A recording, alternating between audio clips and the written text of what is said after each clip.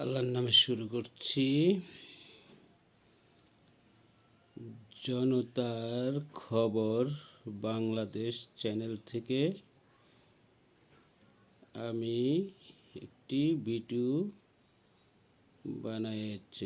বানানোর জন্য বসেছি। বিষয় হলো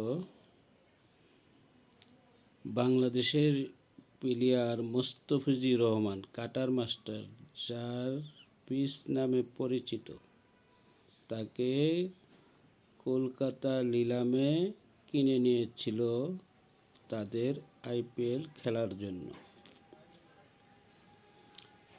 কিন্তু তাদের ভারতের কিছু উগ্রপন্থী হিন্দুরা তাকে বয়কট করার জন্য আন্দোলন করে এবং হুমকি প্রদান করে। সেটা ভারতের সরকার নিরাপত্তা দিতে পারে নাই।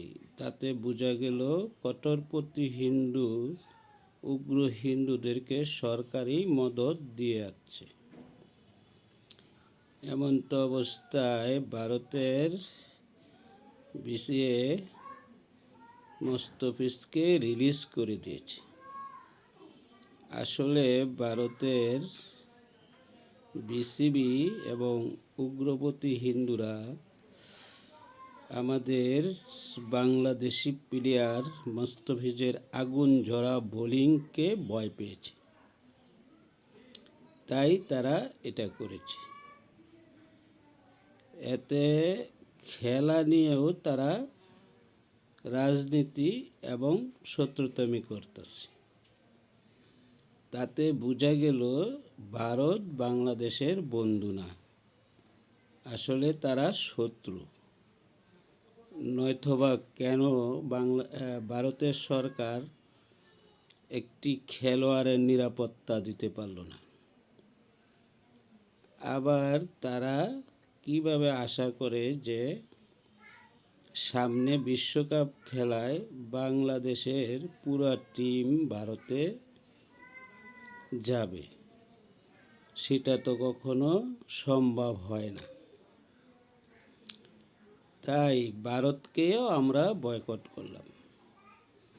ভারতের সকল আইপিএল খেলা বয়কট করলাম। ভারতের কোনো চ্যানেল বাংলাদেশের জনগণ দেখবে না, জনতা দেখবে না।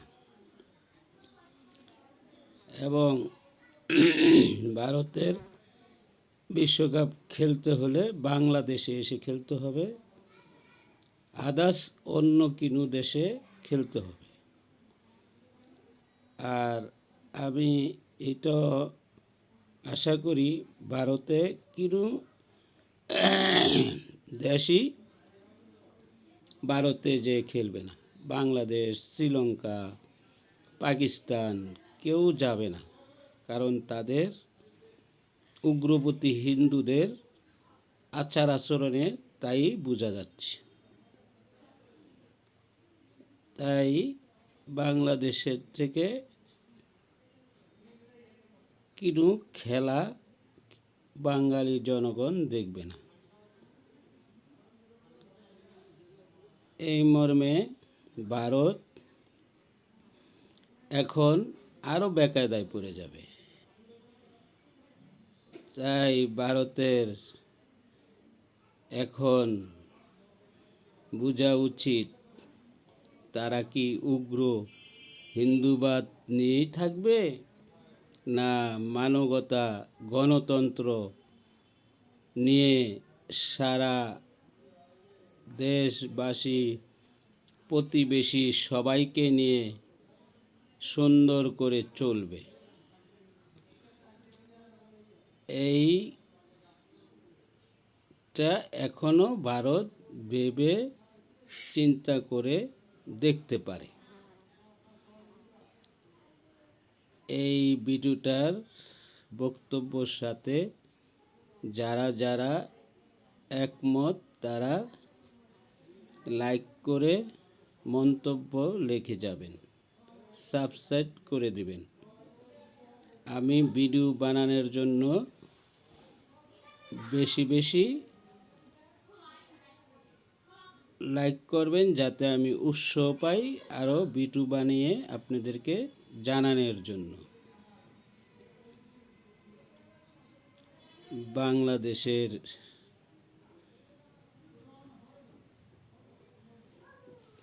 বাংলাদেশের জনতা খবর চ্যানেলের থেকে বললাম। আসসালামু আলাইকুম।